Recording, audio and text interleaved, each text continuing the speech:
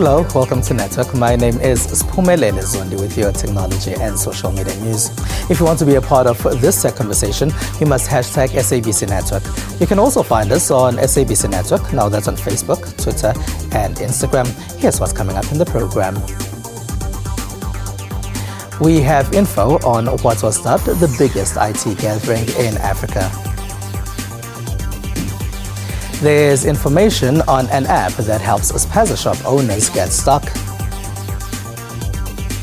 Now, Africa has connectivity problems. Tonight, we ask the question, what happens once people are connected? Dion Giza from Nokia is here to discuss that with us. Hello, Dion. Hi, how are you? Is this a question that we should be asking, what happens once people are connected? For sure. All right. We'll have a bit on that after this. Let's start with your technology and social media news.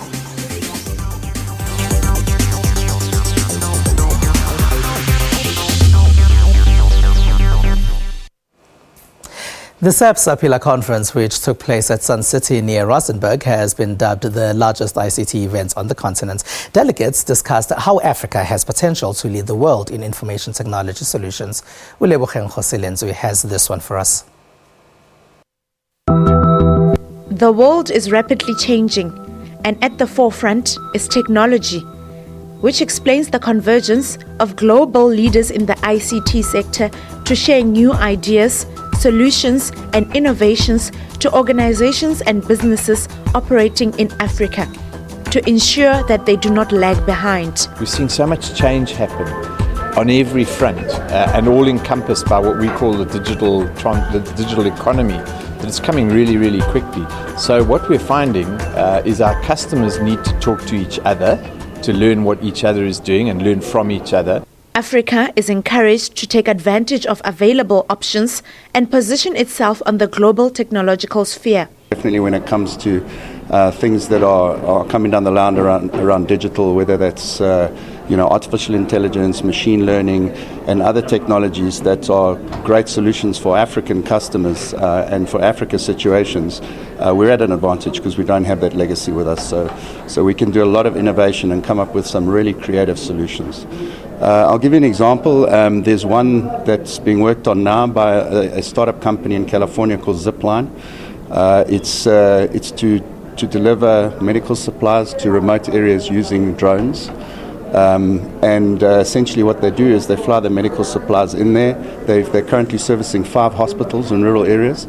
And then they basically drop off the medical supplies and they're able to deliver several of these types of services on a daily basis by using those drones. From cars that drive themselves to virtual stadia, companies were also enlightened on how to safeguard their data in the ever-evolving technology space. There are lots of issues, obviously, with cybercrime now as more things become connected. The issues are not necessarily the ones you might think about. So yes, you can have data breaches. Yes, you can have companies losing financial information or sensitive information. Sure, that's an issue. But also now, as things become connected, you're seeing industrial espionage happening, for example. The role of social media in the business market, news and branding also received attention.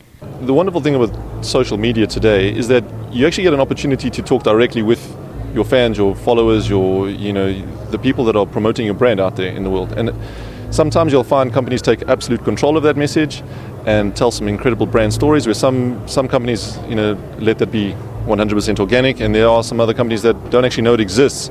And they're the companies that you'll start to see that are falling behind. The guys that are promoting themselves via social, telling their stories and engaging with their audiences are the guys that will start to thrive. And I think we'll see that more and more in the coming years. For others, the occasion was a learning experience. So us being here is really an opportunity for us to get to understand the services. Businesses have been encouraged to invest in technology-driven solutions to see greater gains in their operations in half the time. Virtual reality technology is growing in the film industry. We visited the Goethe Institute, where we watch films shot using VR 360 technology. Meet Nyendo Muke, a filmmaker from Kenya who has dabbed into virtual reality filmmaking. Muke's short film Nairobi Berries was one of the VR creations that had these viewers immersed as if part of the flick themselves. A lot of people are really reacting to the fact that this is their first time actually watching 360, and they're really excited to be able to sort of choose within the scene what they want to look at, to be able to look up and down and to see things behind them as well. They're excited at the way that they are feeling that they're part of the film, but it's also kind of makes them have a lot of questions, like I'm here, I'm part of the film, and yet I'm not able to participate. The twisting, turning, and looking up and down might seem strange to those on the outside looking in, but it is actually part of the whole virtual reality 360 film experience. It's very different in terms of where you are as a viewer, where you're positioned, if you get to choose where to position yourself, who is talking to you, what are they talking to you about, does it fit who you think you are, and it's very confusing and very overwhelming. It was quite interesting because of the sound cues and stuff, so you turn around, see something behind you. So my favorite was the other Dakar. It felt like I'd been let into some really secret place that I didn't even know existed, and full of surprises. Everything seems to be quite quiet, and you just sort of turn around and suddenly there's this strange creature watching you. Bouquet describes her creation as sort of a dreamscape that she wanted people to live in and experience. So when I started working with 360 film, the thing that I found really powerful about using 360 was this feeling that you were experiencing a lucid dream. And I really wanted to use this in my film Nairobi Berries. So what I did was I wrote a poem first, and it was sort of focusing on the different experiences that I have living in Nairobi. So the things that are really beautiful in our city and the things that are also very ugly and dark and scary. And I wrote into this poem all these different experiences that I've had. And then I started to just create visuals, to write the sort of visuals that I wanted to fit with this poem. So because it's 360, it really fits well for the feeling of being in a dream. And Nairobi Berries is essentially a dreamscape that you're experiencing. Virtual reality technology has made its mark in the gaming industry and gradually being integrated into film, TV, and theatre productions as well. We are celebrating Youth Month, so throughout the month we will meet young Africans with innovative tech ideas. This week we went to the township of Alexandra, just outside Johannesburg, to meet young people who have created the Vulega app. The app helps spaza shop owners stock up, and it links them up with potential customers. The Vulega app, we initially started off by doing this manually. So we're doing manual orders for informal traders. And the app itself is just a way to make the process simpler. The app is essentially an aggregation platform. What happens is that on the trader, when the trader logs on, there's an icon for the app called My Shop. When he goes into My Shop, he sees a catalog of products that we provide. He then makes an order of those products and quantities of each individual product. So once you've made an order of the product and you check it out, the checkout then comes to us as an email to our back end. And when we aggregate different orders from the different spaza shop owners, in that way we can make bulk purchases per single product. Now, in terms of payment, we have different types of payment systems. There's a virtual wallets system that we're introducing, where you can pay for the goods. So the shop owner can pay for the goods to us using the virtual wallets payment system. However, we also understand the market that we're working in. There's people that are used to dealing with cash, so we still accept cash as a payment as well as a card. So that's what essentially the shop owner sees. The consumer on their side uses the virtual wallet to be able to pay for goods from the spaza shop owner. When we initially start off and we register them on the platform, we use their cell phone numbers and as well as a PIN that they create to be able to have a virtual wallet. Apple held its annual developers conference. There, they introduced the HomePod speaker and an improved iOS system. Media officials from across the globe gathered at the 2017 Asia Media Summit. These are some of the tech stories that made headlines in the last week.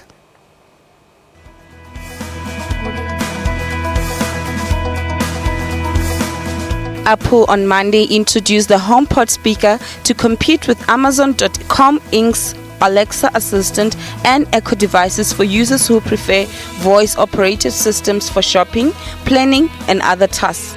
This is a speaker first. It's about delivering an awesome experience with music. And then it so happens it has Siri built into it. And so if you think about Siri in two ways, one is that the Siri in the HomePod can do everything that Siri can do in my iPhone and everything else around me.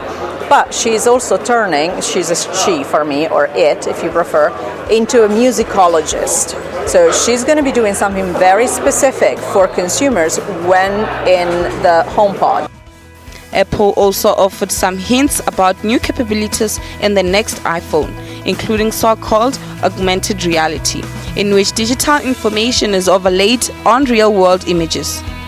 The tech company will begin shipping the HomePods to the United States, Britain, and Australia in December. Heading to China, the world's first and largest deep-sea, semi-submersible intelligent aquaculture farm, built by China, was delivered Friday to its Norwegian user in a city east of China's Shandong province. High-tech technology, it's offshore, working together with aquaculture, so it's very new. And what they are trying to find out is if they can produce with a lower footprint. And what we think is very interesting is a good collaboration between Chinese handcraft and the Norwegian innovation. And together, this is new technology. The construction of the farm was very challenging with its advanced farming technology, environment-friendly idea, and ocean engineering equipment manufacturing. Solveig said if the aquaculture farming proves to be as good as they think, it definitely is the future of technology. Still in China, media officials and representatives from 48 countries gathered at the 2017 Asia Media Summit. The main theme of the summit is media on the front line of global development. So when you look at virtual reality, you are not watching a movie, but you're really stepping into a movie. So you can imagine that when you tell a story with a social goal, it really helps you to understand and to believe the story, because you have the feeling like you're there. So for instance, you step into a refugee camp and you can really feel like I'm sitting here beside these refugees and imagine yourself way more how it is to be there, and also to change your mind towards it. Discussions on Tuesday also focused on innovations. New technologies have always been blamed for disrupting traditional media, but some high-tech products can enable the traditional media to tell stories in revolutionary new ways.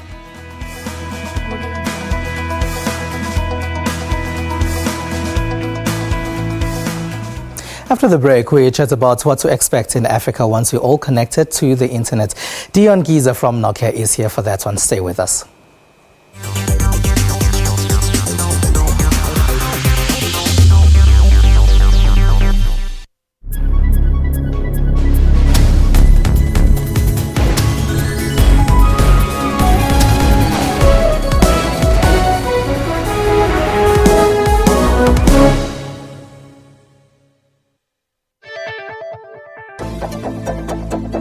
When cell phones get cut off, people say Mdluli was listening. Who are you?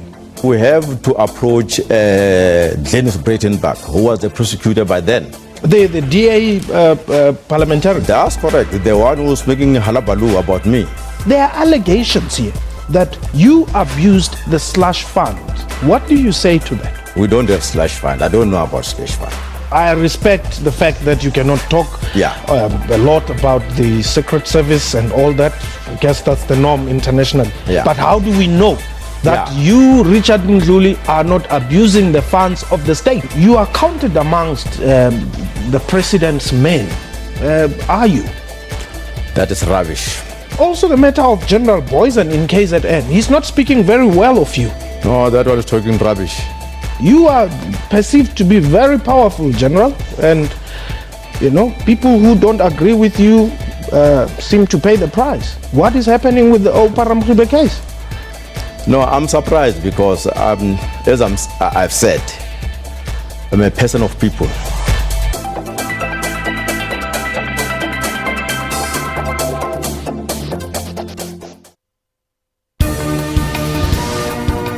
We make sure to be where news is happening, both locally and globally. For the latest business news, stay with us. From South Africa to the world, we've got all your latest sporting news.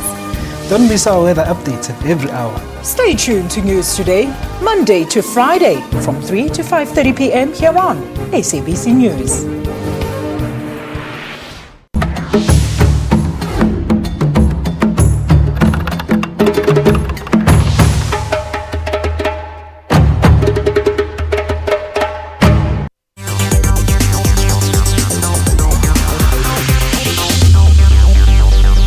Welcome back. It's SABC Network. Now that's on Facebook, Twitter and Instagram.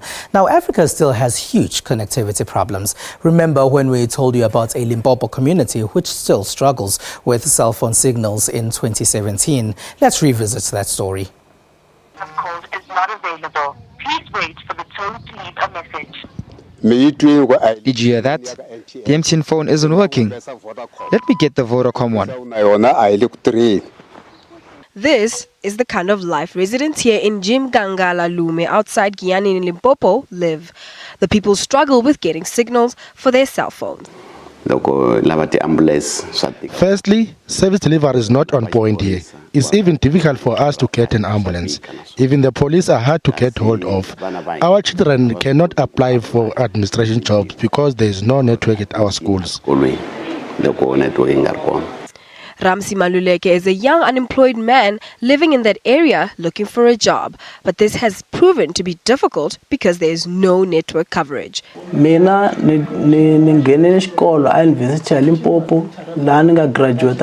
to university in Limpopo and graduated in 2013. I came back home and started applying for jobs. I found the process difficult as I had network problems. I couldn't access the internet from my phone and laptop. You must go to town to access the internet cafe, which is also difficult because it requires money, which one usually doesn't have.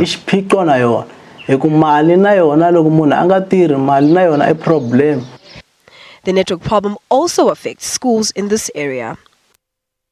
Here at school, we are also affected by the network problem. Number one, we cannot access news on the internet. And secondly, it's difficult to make and receive calls. Or to phone through a cell phone as all over. South African network providers say that they are trying to fix this problem. In Africa, we talk a lot about the need to get citizens connected. There are Wi-Fi hotspots coming up all over the place. Cheap smartphones are becoming the norm, and there are apps that can do just about everything. But is this being connected all that we need in order for us to thrive and truly play a part in the fourth industrial revolution? To help me answer that question is Dion Giza from Nokia. Hello, and thank you for being a part of our network. Hi. A lot of people have smartphones nowadays. Is that something not to be praised? Look, I think in South Africa, yes, a lot of people have got a lot of smartphones, but if you look throughout the continent of Africa, you see a huge, let's say, penetration challenge in terms of how many people have actually access to smartphones, not even, let's talk about data. So we still see a big, prevalent market for only 2G devices only. So connectivity is a challenge in Africa, for sure. And a lot of people have been talking about how this is a mobile-first continent, and therefore there can be a lot of innovation that can come from that. Do you agree with that statement? Fully agree with you, because if you look at the penetration rate of mobile versus fixed, for example, a number of the projects which we do in Africa is actually focusing around getting people on mobility or mobile type of devices versus fixed first. And it depends, of course, on the country, but for sure that is a big challenge. Tell us about the bus that you have. So the bus is referring to the CodeBus program, which we recently launched. So the CodeBus program is actually a joint initiative between Nokia, the Aalto University out of Finland, and the Finnish environment and the Finnish embassies in different countries. Specifically, the CodeBus program was aimed around teaching 12-year-old children, mainly girls, how to code by making it more fun. So actually the coding program that was used is they teach the kids how to make music while coding. Now, we took the program to 10 countries throughout Africa, The last country where we visited was South Africa, and in South Africa we actually had 500 kids going through the program, and it was awesome to see these young girls and young kids actually learning how to code, but actually making music and having a lot of fun while doing it. So it was really an awesome program. If you can just briefly expand on how it actually works, do kids apply? Do they go to a particular venue? What then happens? So we worked in collaboration with MLab in South Africa. So we selected the three cities, Tshwane, Kimberley, as well as Cape Town. And together with MLab, we identified the locations to use and which schools to target, which is more part of, let's say, our skills and social development. So together with MLab, we identified the areas and we ran the program throughout these three main cities. And do these kids have then the skills and the equipment to take it beyond the program? So the idea around the program is actually to teach the kids the basics around coding. So for example, anyone who has no coding background can actually come in and actually through basic steps learn how to start coding. Again, the coding language is built around music, so it was actually a lot of fun to teach the kids basics around how does coding work, because every step would actually show them whether, yes, it's generating a certain noise, a certain amount of music, and if it goes further down the track, it actually create a whole song. And it was actually finished off by bringing one of the leading artists making music on this coding platform, into an event and a closing event, which was really awesome to see. And it's not the only program that Nokia has around the African continent. If you can just tell us about some of the innovations that then starts coming through once the kids and other people are exposed to this technology and what they can do with the skills. So look, I think one has to first look back at who is Nokia. So Nokia today is a technology company. We are more than 150 years old. A lot of people know us for the Nokia devices that is in the market. But if you look at Nokia today, we are a company which is a leader in the technologies that connect the world, from mobile to fixed, from IP, optics, application, software, etc., etc. So what we do in the different countries specifically is we work with government as well as with our service provider customers in order to let's say focus on a program for that specific country of how to actually deal with the connectivity challenge in that country. For example, in Tanzania, we are working with the operators in the country there together with the GSMA on a program, how can we create the right ecosystem to reach the last people in the country, because we still have a penetration rate challenge there where the number of people is not connected to mobile or fixed solutions. So it really depends on the country and what we do in that country. Yeah, Dion, why do you feel that you need to do this? Because you are a private company and you could be focusing on making profits. Why skills development across the African continent, especially in the digital space? So skills development for twofold. Okay, skills development drives firstly innovation for us as a company, because you need the solution to be localized. You need the environment to be localized. Take again the Tanzania reference. The challenge in Tanzania is a different. So in a way, there is some selfish need, because you need the skills from the country. You need the skills from the country. I mean, take South Africa.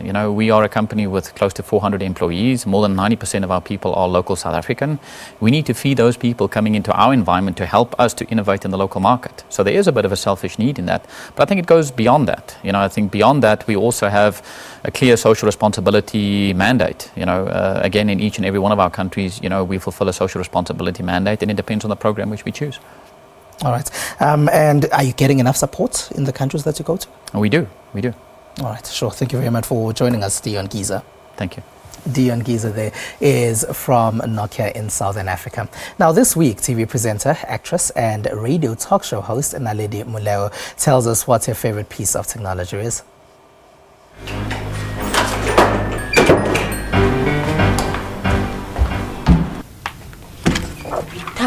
There isn't enough petrol for me to go to... Where's that chicken? He actually managed to jump out the window and I couldn't stop him. You expect me to believe that? A farmer can't catch a chicken?